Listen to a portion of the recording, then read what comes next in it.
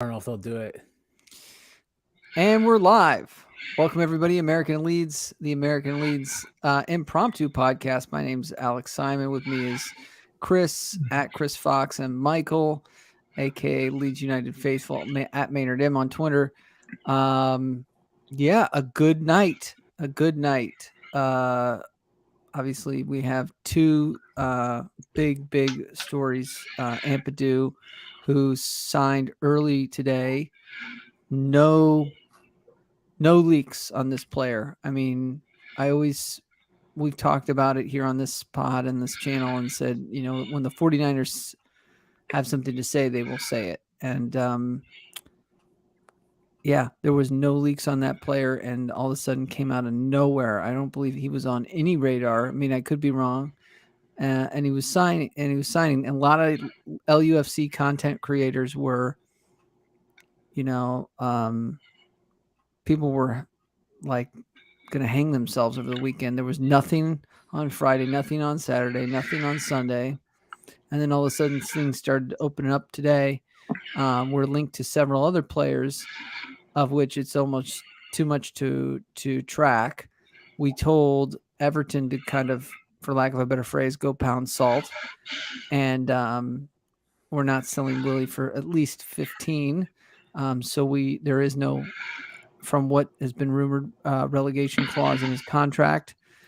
So, Chris, you've been saying it all along. They're going to play hardball, and it looks like that's what's going on. And then, obviously, we have the 49ers takeover officially happening. So, with that, good day. Good day. I think putting the chess moves ahead, because I don't get too high. I try not to get too high, try not to get too low. Even though that may be different on our thread when things get over the line. But for me, it's just going to be interesting to see what Ampadu plays. We'll start with Ampadu, and then we'll kind of get into Paraag.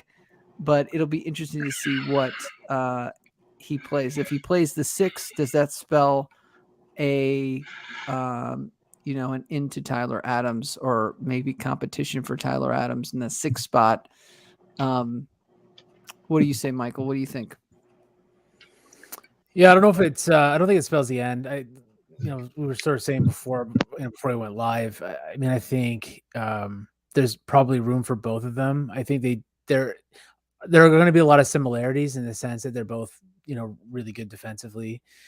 Tyler is elite at some things. I think Ampadu has a few things about him, like on the ball, that are probably better, and he's also a little bit more versatile. I think you can stick him at the back as well. I mean, he came up really as a center back, although I think he's probably a better center back in a back 3 than he is in a back 2. But then again, Tyler can also play fullback. So I mean, they've both got some versatility to their game where they can play, and I think probably if you are going to play them both, maybe that does give Tyler some room to move up the field a little bit as well, where he can also play. I hope that we get out as a club. I hope we get out of this cycle of only having sort of one specialist player for each position and then expecting everyone else to sort of fill in.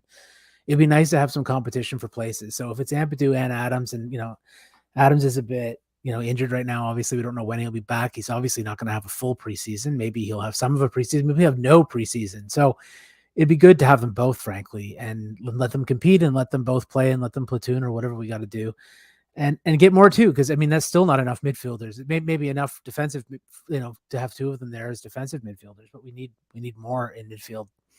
Period. And frankly, we need more at the back as well, with Llorente and Koch both gone. And we lost 6 4 bodies, right? So far, all on really the defensive side. Llorente, who was already pretty much gone for the half of the season, but Robin Koch, Mark Rocca, who was confirmed today, and missing one. Christensen. So, getting thin on that side of the ball, anyways. It's good on to that bring side of in the ball and that side of the pitch also, because it's both of our right-sided center backs and our right back are one of 2. Yeah, so good to bring in a defender. Chris, what's your thought on Ampadu so far? Yeah, today I watched the replay of the U.S. Wales World Cup game because I wanted to see Tyler and Ampadu on the field at the same time, just so you can compare them. I was really impressed. I think a few things stood out to me. So they played very similar positions, and what stood out for him is, so Wales, when they would play out the backs of the goal, the keeper would try to play to the center backs, right? And then the center backs were looking for an outlet. And he was often that guy. He was moving in. He was moving the whole time, just trying to find that open space for the outlet. And oftentimes when he got the ball, he was immediately under pressure. And he would always find a way to get that ball out. And his passes were always on target.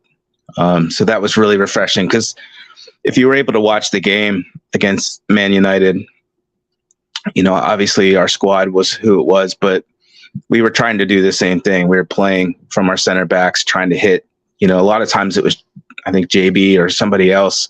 Immediately they got the ball and they were under pressure. Our center backs weren't finding them. I don't know if the midfielders weren't getting open, but we really struggled. That was one piece that we struggled, getting the ball from the center backs to the midfield and then forward. He did that really, really well. He was able to release out of that pressure and put a ball into the midfield that was on target to keep the play going. The thing with Tyler is just his intensity. It stands out. It's another level, compared to a lot of players, especially for that position, the destroyer. But Ampadu also to put in some really good tackles. These are things that just stood out while I watched him today. So I think he's an exciting player. I think he's really good on the ball. And whether that's replacing Tyler or if there's a way they can play together, I don't know. Or at least, like you all said, provide some competition. It's a long season.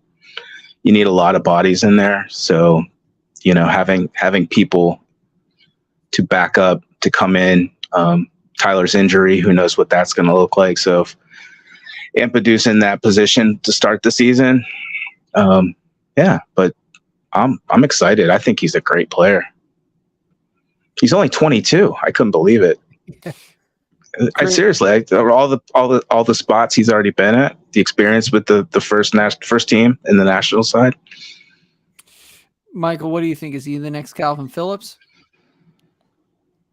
Hard to make that comparison, but I think interesting thing with Ampadu, actually quite different from Phillips in a lot of ways, is that, in just what Chris was saying, like, he's only 22. It seems like he's been around forever, because he was sort of viewed as a wonder kid for a long time, and he was certainly looked upon that way in terms of like FIFA and Football Manager, like those types of games, which they try to predict, how the career will be, the future trajectory of players. But it's funny because those things do set a lot of expectations for how people view players. So Ampadu, it feels like he's been around forever, but he's still quite young because he's been playing at a high level since he was a teenager. You wouldn't call him a late bloomer at all, whereas Calvin Phillips was actually a bit of a late bloomer, so a bit opposite that way. I like what Chris was saying. I think if we can have both of them in there, I think if we have competition for places like both of us have already said, I think that would be way better than sort of being in the situation before where we're finding ourselves short and trying to stick Stuart Dallas in there, whatever, to make up for it. Like, enough of that already. Let's just have a proper squad full of players that are playing their actual positions for once. Let's just do the sensible thing. And I think having both of them, quite frankly, or if for whatever reason we have to sell Tyler Adams because he's viewed as more of an elite player and above the championship level, or if he wants to go, or if we get a bid that we really can't turn down, I mean, that's fine. But then don't just leave it at that and say, well, we've got Ampadu, that's good enough. Like, go and get somebody else too, because frankly, I think we need more bodies in there. We just do. Well, this is an interview Ampadu did in the south of Italy, one of his former clubs, and they were talking about, I believe this is a Welsh interview. They were just basically talking about the retiring of Gareth Bale, the captaincy opening up at on the Welsh side, and how he would perform. Is up for grabs. Rob Page has named you as a potential captain for Wales. How does that make you feel? No, I mean, I think for any player, it'd be an honour to captain your country. It's not something that I thought about. I still have to try to prove to get into the team to be able to play some minutes. That's where my mindset's. But if I was to ever be given an opportunity in the future, I'd give my everything for the team as I think I do anyway, without having that. But yeah, it's not something I thought about too much. We've still got a lot of senior players and a lot of leaders in our team, which is good and it helps us. But I mean, if it was to ever happen one day in the future, it'd be a massive honour for me. One question: what is your preferred position? Because there's always debate amongst the fans. Are you a defender? Are you a midfielder? I think I still have to make that decision up. I think for the moment, I'm hoping it can be a benefit that I can play in two positions or maybe more. I feel comfortable playing in multiple roles. But yeah, maybe I think in the future to really nail down one position to help me reach the top of that. But for the moment, I just take every opportunity I can to play and try to do whatever I can for the team. Tries to do whatever he can for the team. Now we have several captains, several guys that have been captains for other squads. So you've got Tyler Adams, who's been a captain for the United States men's national team. You've got Max Bober, who's been captain for, I believe, Salzburg and maybe some other places, but has been a captain before. And trying to think. There's another. And Ampadu. Ampadu is now being considered or has been a captain for the Welsh side. Not official team captain, but has been a captain for a side during games, and probably one of the leading candidates to replace Gareth Bale. So at least as captain. So that was interesting to me. The second, obviously, is that he's just trying to do whatever it works for the team. So both things check for something that you want. Anything on that, Chris and Michael, on that quote we just played? Well, I saw, going back to what I just saw today, you could see him.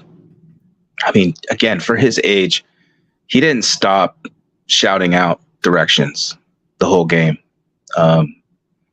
which says something for someone his age. And that was a pretty, I think, an older Welsh side. He had a lot of experience in there.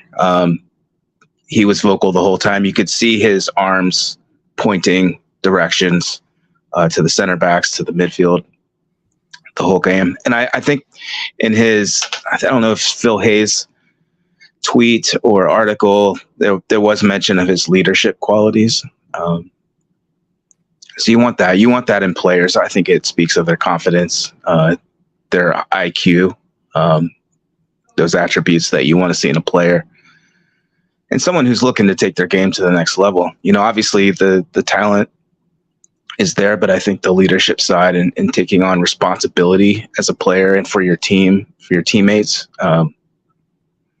you want to see that. And I think for how he's described and what I saw on the field, he definitely has that. What do you think, Michael? Yeah, I mean, I like what I heard in that interview. Like I said before, like diversity is just being able to play a bunch of different positions is really good. I'm glad that he's injuries happen. Yeah, they do, right? They do. I'm glad. I like I said, I think it's great if players can sort of nail down one position, but if they do have the ability to branch out and do a bit more, that's always helpful. I just don't want to be forced into that situation every single game all the time, right? That's the thing. So, I don't mind. I think he probably is developing more into a midfielder now than a center back. Was sort of a smaller center back anyway, and I think I said before, like probably better to back three than a two. but like, he's obviously open to whatever challenge, and he's not afraid to step up into a leadership role. And, like, Chris just watched back the game from before, and sort of has fresher eyes on. I remember watching that game, but you'll have fresher eyes on it. But like you said, like he's actually demonstrating that on the pitch as well. Which is, we need that. We definitely need that. So I feel like that's something that we could certainly use more of, especially in the defensive side of our game. Based on last year, like how disorganized we seem to be, and just how like we sort of lack that leadership. I know that was something that Max Verber sort of brought a little bit of, in terms of constantly like talking to his teammates, trying to tell them where to go and stuff. I don't know how effective he was at that necessarily, because he was new to the team and wasn't always making the best decisions himself either. Not all the time. So he could be a bit rash himself, but I think it's, like I said, it's a good signing. He's a young guy. And also the other thing that I really liked about him was his injury record, which is pretty good. He's not injured that much. Yeah, I think it's a massive signing. I think the doors will hopefully start flooding open for us. Michael, I haven't talked to in a minute on the pod, but are there any? And I remember talking to you in the chat, kind of right after relegation. You were, as I think many Leeds fans, and I'm probably still in the same boat. Wouldn't mind. There's not one single player. I don't want to put words in your mouth, but there's not one single player on the squad that you would just be like, oh, it's the world is ending if we lose them. But and by the way, 17 in the building, please hit the like if you can. Just kicks the algorithm on. But yeah, are there any players now, kind of looking back at it, that you would want to keep, that you think that would be worth getting a second chance in the championship? You want me to start on that one? I mean, I think, yeah. I mean, I'm still of the view that there aren't any players on the team from last season that, I would fight tooth and nail to keep if the right offer came in. Put it that way. Like, I don't think anyone is untouchable in the squad. And that was sort of my point was before. It's not like sell them all, they got us relegated, they're terrible. Like, it's nothing like that at all. It's just that I don't think anyone in that squad is untouchable if the right offer comes in, especially right now. Like, we need the money, we need to rebuild. Clearly, the direction we were going 2 seasons in a row was not the correct direction. And we sort of doubled down on what we were doing, and it didn't work. So, I think we need a very, very different, like, profiles of player, styles of player that can do different types of things than what we were doing. I think everyone enjoys sort of the high intensity stuff, but that can't be the only thing that you do, because you're going to get found out in a really highly skilled league. It's going to work fine, perhaps, in a league where you're going to be one of the better teams anyway, as Bielsa showed us, right? With that, it was intensity plus, maximizing the skill of the players that we had, through the strategy of the game, right? Whereas, not just all intensity all the time. That's not I'm still shocked to this day that the one thing that Victor Orta seemed to take out of Bielsa's tenure was just, let's just have as much intensity as possible. Never mind all the rest of it. It was shocking to me that was what he felt was the most important part of the game. But anyway, in terms of players to keep, I mean, like I said, I'm still of the same view. I don't want to sell most of the squad. I'd like to keep most of them that are still here around. There's a few that I like to see move on. But obviously, I don't think we can afford to, like, just in terms of time now. Like, we're already in preseason. We can't afford to exchange everybody at this point. So, I bring in a few more defensive minded folks. I think, I don't know, maybe another right back, unless we think Drame and Ailing are it, and I'm happy with that. Another center back for sure, and we need a number 9, an actual striker, because it can't just be Patrick Bamford anymore. In terms of getting rid of players, like, I mean, I think we don't. I would keep most of them that are there. Put it that way. I would keep most of them that are there. I think for his own sake, someone like Junior Firpo probably needs to go. I don't know how Patty's feeling, especially with all the sort of online abuse and everything he started getting towards the end of last season. If he wants to go, I wouldn't begrudge him that at all. Big question marks over Pascal Struck, and in that first preseason game, he was looking pretty much the same as he had for a lot of last season, like just scared and withdrawn and in himself and afraid to make decisions. And you just wonder if maybe a move for him is best for him. Like, I was always I still am a huge fan of Pascal Struck, and it's just clear that there's a really good player in there, and something has just gone wrong, and maybe it's just a change of scenery that's needed for him right now. But again, like it's such a dangerous game to start moving more players out right now without being sure of who's coming in first, because we're already in preseason. So you're on mute, Alex. Yes, and that was my worry with Tyler's possible. If the six comes in, Ethan Ampadu comes in, is if Tyler goes out the door, it's still kind of a push. I mean, even if you think Ethan Ampadu is better than Tyler Adams, and that is a valid argument, I just think that I think we're squad building. I just think we are squad building, so we have to continue these signings. I think we have to hold on to a few players. I think somebody's going to be sold. I believe there was a Leeds United content creator that I was talking to, or wasn't talking to, but I was listening to today. And basically, we are limited to 7 loans, I believe, and I think we're at 5. So there can only be 2 more loans. The rest, if somebody does have to go, it's got to be a sale. So I would imagine we are going to sell someone. Who that is, I don't think our sales will come until really mid-August, mid to maybe even late August.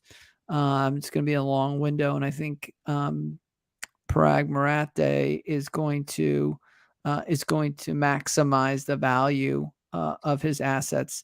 He is, when you talk to 49ers fans, a master negotiator. And I also want to clear everything up too, just from an American perspective. I also have been disappointed in kind of the communication from the club. To me, it was so obvious that it was not. Well, we will see now that it's official. It's come out late tonight, early in the morning, that the takeover is official by the 49ers. It's just going to be interesting to me to see how everything's rolled out. I just do want to see kind of that media blitz by the club. I want to see Paraag being accessible to the media. At some point, maybe I would prefer the first 72 hours to be a little bit of a media availability to all of the mainstream media outlets as well as LUTV. But I'm talking YEP interviews with the YEP. I want to see an interview with the BBC radio leads. I want to see, he doesn't have to do full press conference, but I do want to see maybe one-on-one sit downs with an LUTV or a Leeds or UK outlet. Like, it doesn't have to be Sky or anything, but I just want to see that happen, because I want, and this is a club, if you look at the 49ers, in, I don't know, it's a proper 49ers franchise in San Francisco, they are very accessible. They are and when I say they are very accessible, I mean, the coach is accessible. I mean, Chris, this, we're about to go into NFL season. They do press conferences every single day. They do press conferences once the preseason starts, or it's called training camp. Once called training camps across the NFL are starting. They do press conferences. The players and the coaches do press conferences every single day. I mean, could you imagine listening to Patrick Bamford twice a week?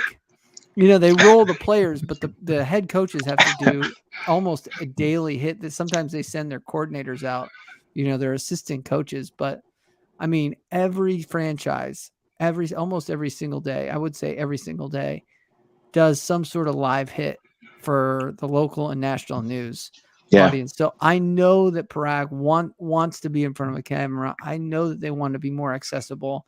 That's how you get the brand to be sold more. So I think I'm going to be watching just as a fan, but also just curious from a business perspective to see how they now officially unfold this, because they've been kind of gagged by the EFL for the past 2 months. So what do you think, Chris? Yeah, I think everything they do is strategic. So like you, I'm really interested to see how they roll it out. You could put Paraag up front by himself as the chairman, or you could do more of a team approach, because if you looked at their website, they already uploaded the board. They have Paraag, Rudy Klein Thomas, and they have Peter Lowry and Angus, the four of them already up there, their bios. So it'll be interesting to see if they, because Rudy has a really interesting story too. And apparently his family comes from Leeds. There's a connection there to the city as an American, and just his path. So it'll be interesting to see if they just put Paraag up front by himself, or if they, do it more of a collaborative team unveiling to get multiple perspectives. Peter Lowry's from Australia, right. So yeah, it'll be interesting to see how they do that. I've got a little clip of this from the 49ers perspective. To me, the 49ers proper, the 49ers franchise, have won 5 titles, won 5 world titles. And they kind of view Paraag as this bean counter and like unnecessary kind of person. He actually righted their ship. I mean, if you listen to Brendan on our podcast, shout out to Brendan Paniker. He talks about the fact that this guy kind of balanced the books and got them to be under there's a harsh salary cap or a financial fair play type of regulation in the NFL. And he got him solvent. And today the 49ers have the most talented top to bottom roster in the NFL, or squad. They are missing one key player, and they've had 2 really good, basically runs at the championship. One, they got all the way to the final, they lost. And then the other one, they basically were going to go all the way, but they lost. They had just too many injuries in the playoffs. So, that is to say that basically they are happy. Well, one perspective, they're kind of like Arsenal. I don't know. They just seem like they're ready for a title, and they're like, nothing else besides the title will do.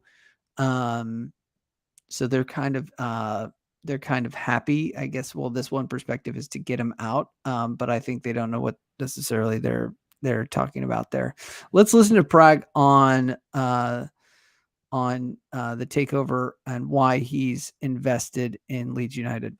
Yeah, it'll take time because, like I said, trust is earned. And I think, what I would ask Leeds supporters is that just trust our intentions, and trust our intentions are pure. I don't want to be known as the American investors or American owners of the club. I want to be known as a Leeds supporter first. And I think that, for us, yes, did we make a financial investment, and do we have a financial interest in the club's success? Sure, we do. But that's done now, right? And now this is about passion, and this is about competition, and this is about achieving a level of success, because Leeds is my little brother now, and the club is my little brother, and I'm going to poke fun at us when we're struggling, and I'm going to defend us when anyone criticizes us.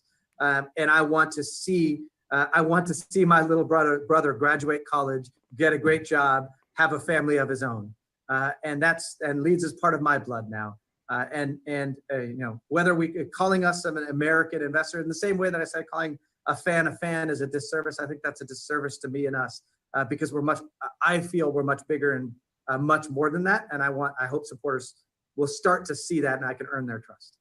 Absolutely. And Michael, I haven't, again, we haven't been on the pod for a while. What's your take on this? Because even when it was kind of officially unofficial or whatever, a few months back, How do you feel about the 49ers Enterprises taking over the club?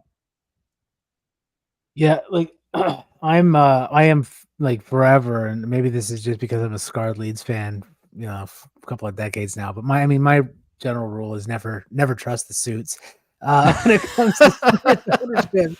But that said, that doesn't mean I dislike it. I'm quite glad that they've come in and taken over now. I think we needed a new direction. You're happy over the car crash that became, or the vinegar that became the club under Andrea. Well, right? that's it, right? Yeah, the wine turned into vinegar, and I'm sure it will again at some point, right? It tends to happen. That's why you never trust the suits. But at the same time, like I said, I'm glad for the takeover. I think these guys will bring a much needed fresh perspective.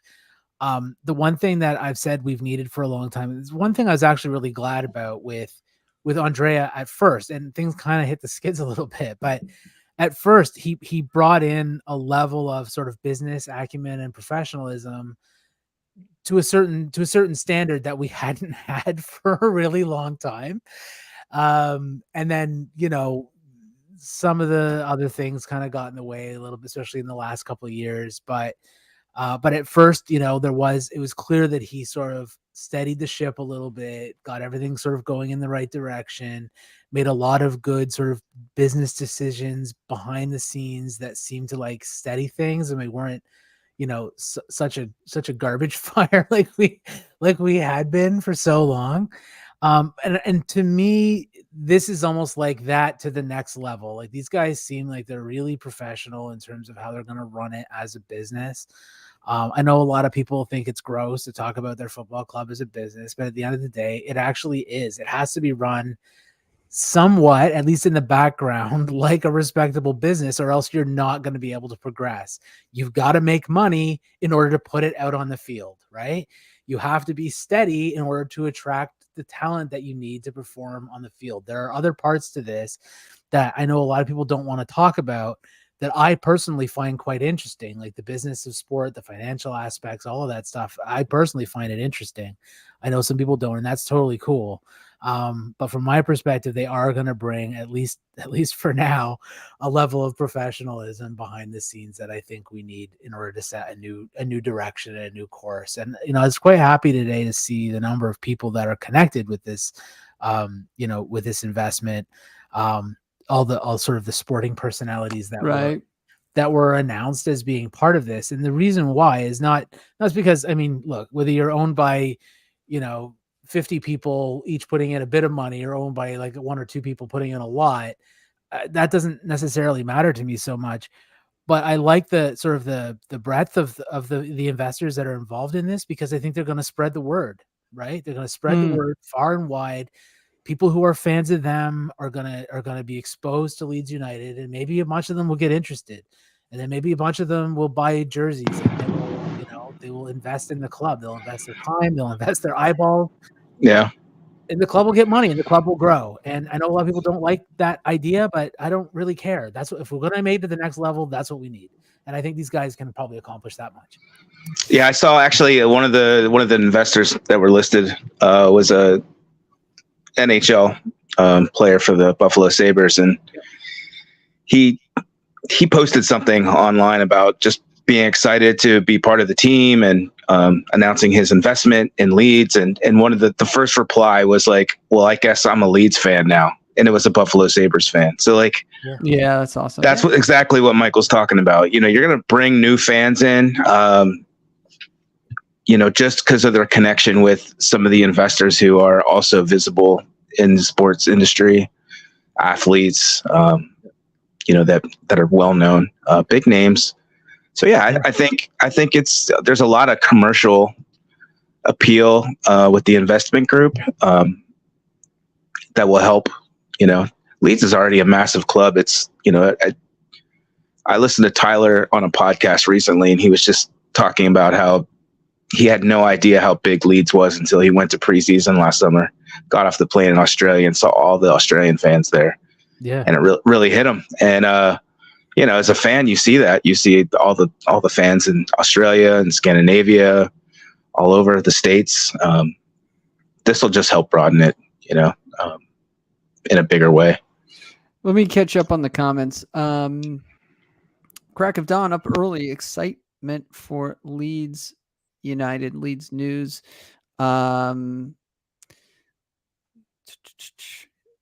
Appreciate you saying take your time. Matt says both in the midfield for Ethan Ampadu and Tyler Adams would be great. Great day. Imagine we'll spend about 40 million on 5 or 6 signings this summer. So surely we need to sell at least Willie or Tyler probably later in the window. Just leave that one up for a second. Those are the assets. Okay, I've never looked cooler than that. On the screen, the Clicky's covering my picture, so I've never looked cooler than that. I'll keep that up for a minute. Iconic. And it's the shirt, the damn United are back with a big stogie. That was right after promotion, right? It was, yeah.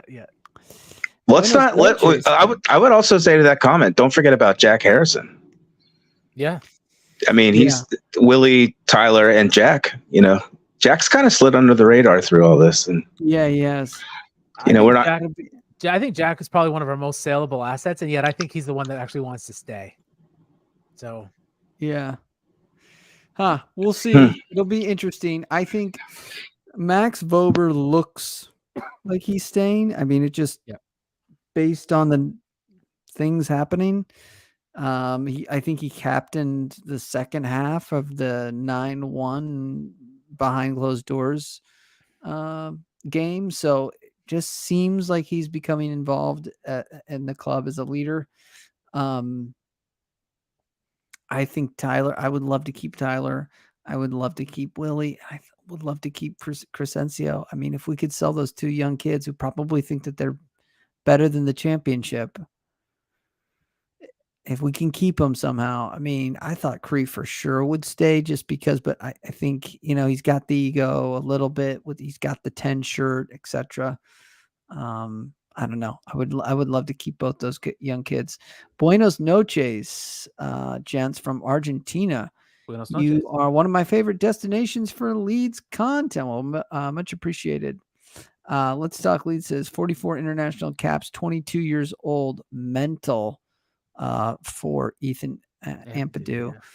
Somerville pictured buying a new car here today. Could be staying, says Matthew. Yeah, hopefully. I don't know. We'll see. It was a right-hand drive car, right? Yeah. Dead giveaway. It was a left-hand drive. Yeah, let's go to the continent. Let's see here. The area of creative rising. Someone living in Scotland keeps eyes on both Josh McDonald and Lewis Preen. Both have huge potential. And high ceilings. I've heard that about both. Yeah. Wouldn't be surprised to see one or both of them get a place in subs on the bench coming at the very least. Stroy could be down with a loan to Petersborough. Maybe take some pressure off, says Jim. Yeah, Peterborough or something like that, where he's not, the expectations aren't so high and he can just get on with it. A loan for Stroke's not a bad idea, to be honest. I still really like him. I think there's a footballer in there. There's another comment on here, like he hasn't been the same since Liverpool, and it's true. Like, I think that's right.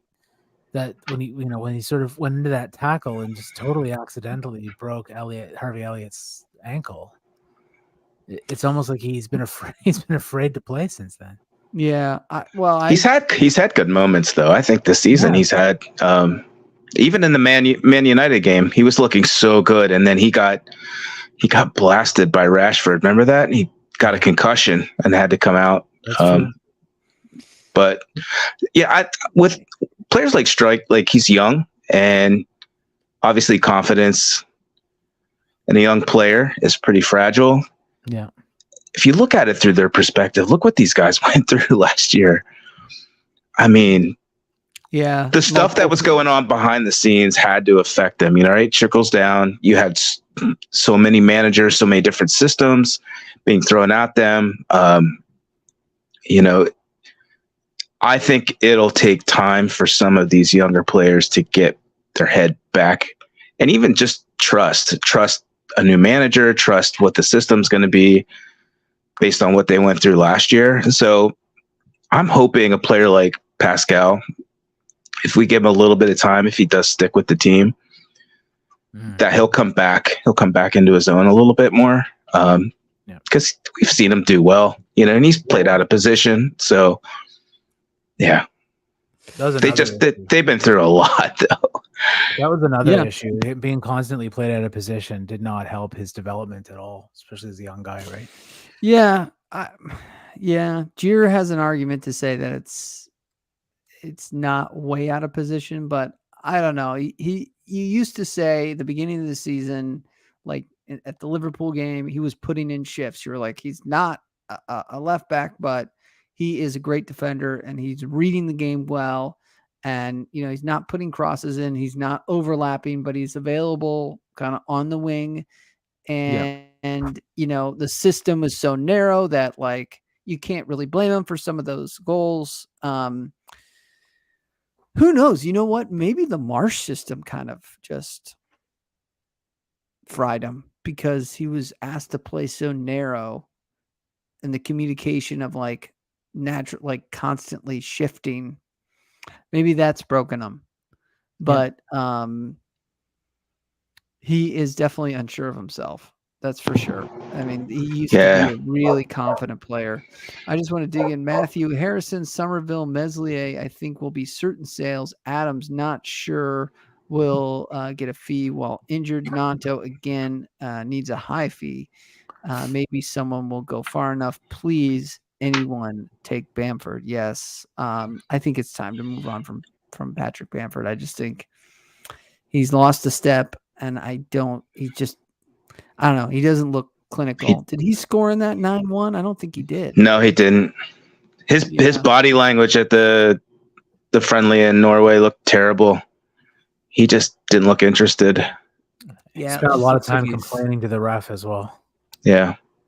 Which is something that he used to do a lot of when we first got him and he was struggling with injury and was having a hard time getting into it.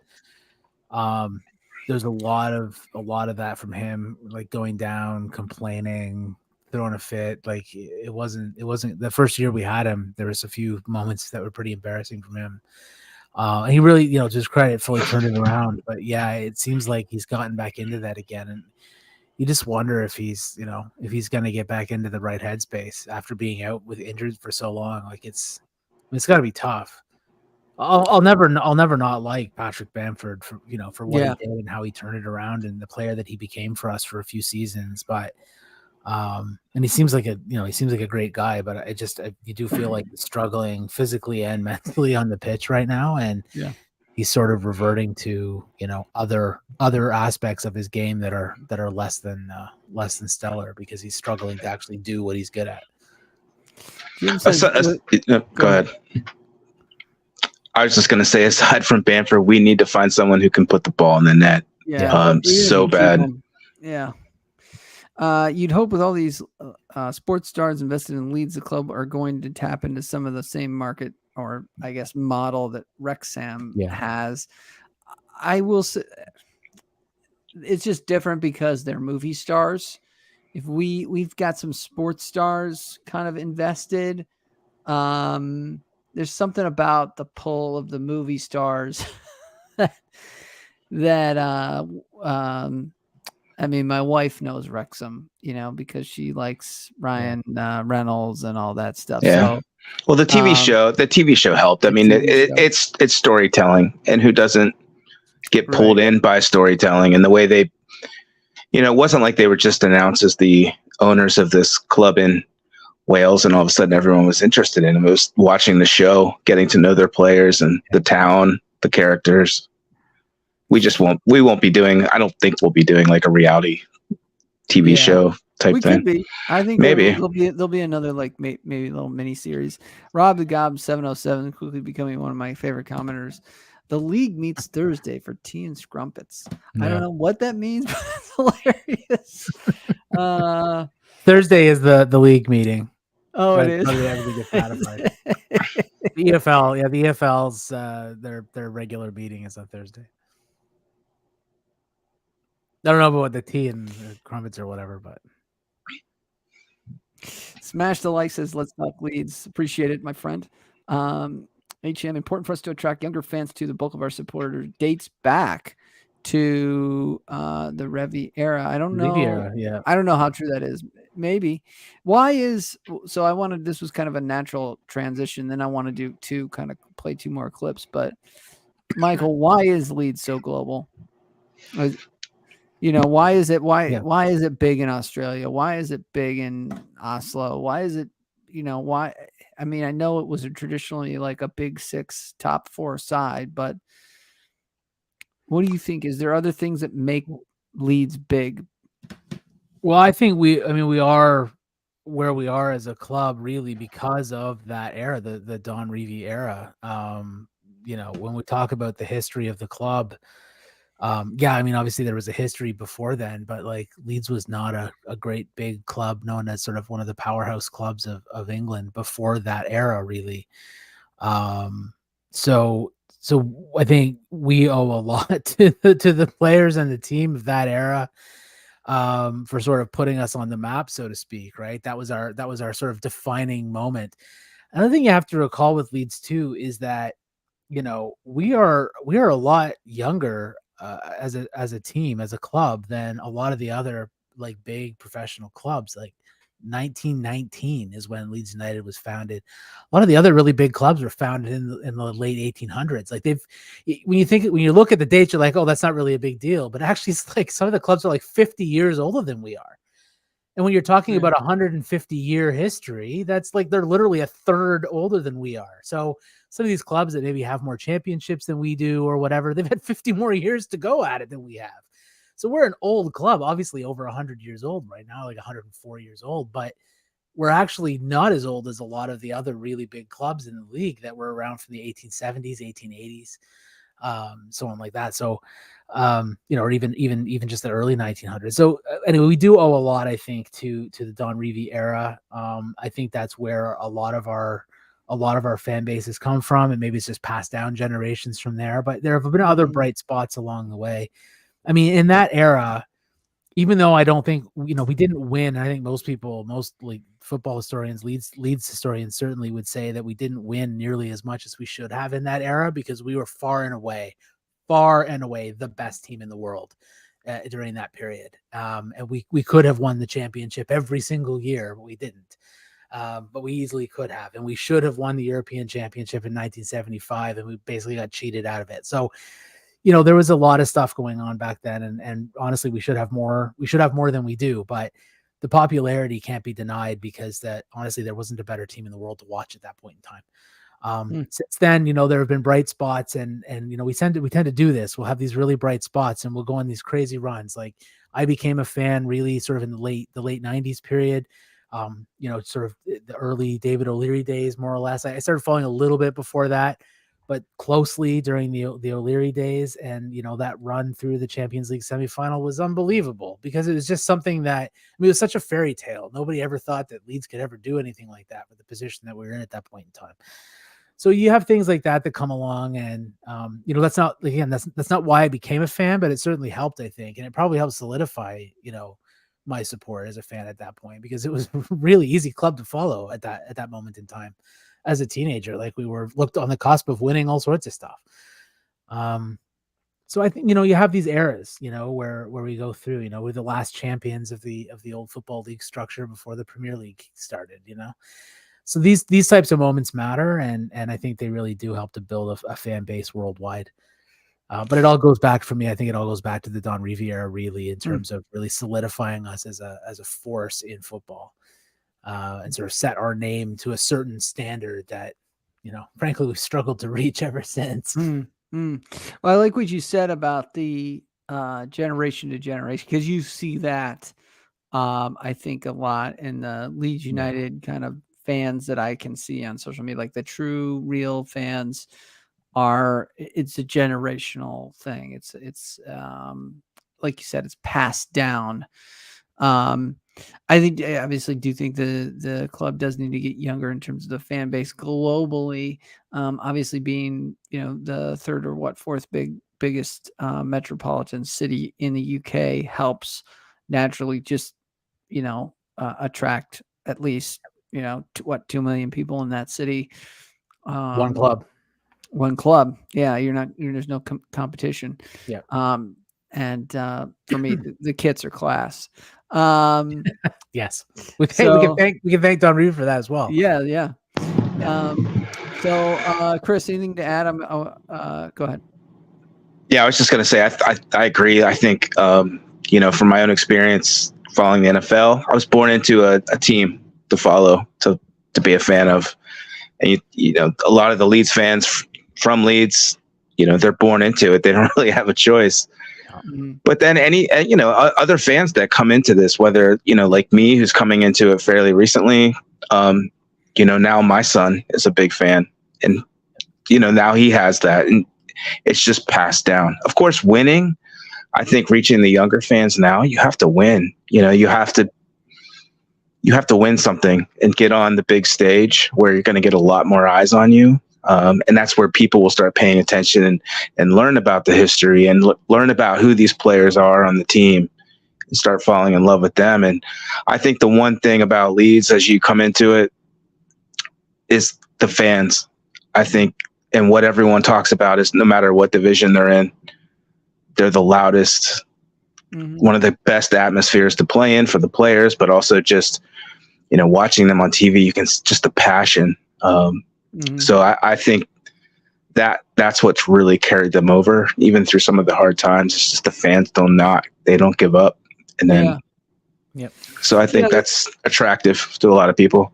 The club picks you. That's the phrase. It just seems like Leeds was in this time capsule. It's in this. It's not like the Man City or even I've heard the Liverpool where it's become like this event to kind of go to a game and be seen. And it's we complain about ticket prices, but I think it could be even more. Or like the famous picture of Ronaldo scoring at Man City and him doing the Sue and all the Man City fans taking pictures of him in the corner flag. That doesn't happen. We probably do something else to Ronaldo. I don't think he scored though. Thank God, his most recent trip to Ellen Road. But yeah, I mean, Harry Maguire and whoever wants to go over to the corner flag will get, I'm sure, a ton of abuse. Obviously, when remember the couple years ago, when Grealish scored, and all the trash went on the field from the. This is Yorkshire. I can't remember the sign that we came up with, but yeah, it's a great club. It represents. I think it represents a lot of older values and good values, and so I like it. I like the fans. I found it welcoming. There was a thread on Twitter that I know you were involved with it, Chris, just from Leeds United Wisconsin, saying just shouting out some of the content creators and talking about how he's a fan, but from America, and that he's sticking with the club and how welcoming everybody's been. So I just wanted to play this clip. These are two clips. Basically, he kind of alludes to Ellen Road, both of them. Stadium expansion. Chris mentioned this is a business now. He is a numbers guy. We are entering a new era. This is the 49ers era, 49ers Enterprises era, and Paraag Marathe will be the head of it. So he's talking about Ellen Road here. To the new stadium, the Levi Stadium.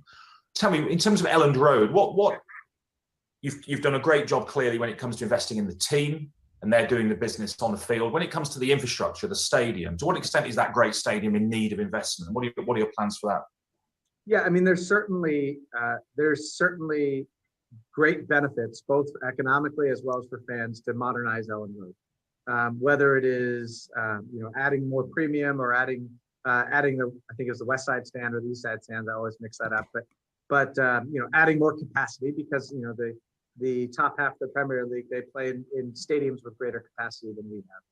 And so there's definitely things that we want to do to modernize the stadium. I should caveat, however, that there's also something magical about Ellen Road. Playing in a 102-year-old grounds, there is something magical about it, and there's something menacing about it to opposing players, right? And we do need to make sure we preserve that. Yeah. And so you don't want to just go start to play in a sterile environment where you don't have that competitive advantage. And so I think there's a delicate balance there where, yes, there's things we can do to modernize it, increase capacity, make the experience better for our supporters. But at the same time, we want to bottle up that magic that we do have. Do you? Yeah. So he wants to raise capacity because he wants to make more money. That's a project that will lose money at first. So it's going to take serious investment. I think they wanted to really do it during the Radrizzani era, but it was never really possible to do. Like when you said earlier, why not? This is kind of the warm and fuzzy why he originally invested in Leeds. He and the 49ers chose to invest in Leeds United. I'm so inspired by it. And like when you said earlier, why not some of these other clubs that are one of 9 or 10 clubs in London? No, thank you. I want to be part of one club in one city, which is the 3rd largest metropolitan area in all of the UK. It's phenomenal. You know, going there, I pre-COVID, I was there every month, and I loved every minute of it because it was just people cared. It was like I said, it was part of their being. It was part of their day. It was part of everything who they are. And Ellen Road is that personified. And I love the fact that, you know, it's a 36,000, 37,000 person venue by US standards. That's small, right? But how much they care. And then as a director, very different than American football, you're right there with the fans. You know, you're not up in a corporate box or anything like that. The director's box are right there next to the fans. I love it. It's just, it's a special experience. Yeah, so he was there during some good times. Obviously, if things go bad at Ellen Road, you're going to be in the owner's box, and the fans will let you know what's going on. They'll be giving you some signs. Yeah, I was going to say he probably heard some things when he was sitting next to Orta for some of those games. Half of them from Orta. Yeah. Yeah. Yeah, that's probably true. I think I needed to calm down anyway. Yeah, I think the organization, the club, doesn't need to be run by like a serious business as an investment. It's not somebody's toy. It felt like that, at least under the Massimino era, maybe a little bit under the Radrizzani era. But Radrizzani did do some good things. I don't want to say all that. It just, to me, towards the end, he didn't have the capacity to kick the team on the Premier League, which was so expensive to do. And then the texting, like put the wine down. It's like the most recent text about you're welcome for the kid. He took a picture of his son, which is great to do, and somebody respond, just don't respond. You know, you're at that level. You don't need to respond. He's reading the comments. Somebody responded, thank you for all you're doing. He goes, yeah, it's a shame the past 6 months didn't go the way they did. It's like, man, just stop. Just stop. It's over now. It's over. We don't have to worry about it. It's over, but it's like the man's ego you couldn't fit it through the door. So I'm going to be positive. They've been quiet so far. I think there's going to be a little bit of introduction that I think needs to be these interviews are from 4 years ago. He needs to do a little bit more of an introduction to the community, and then really be quiet until there's major decisions that need to be made with the coaching staff again and the front office again. The director of football. More listening, less talking. Right? I think, especially coming into a different culture, a different sport that you're coming from, I think it would be really smart. And they are smart people, so I'm sure they're aware.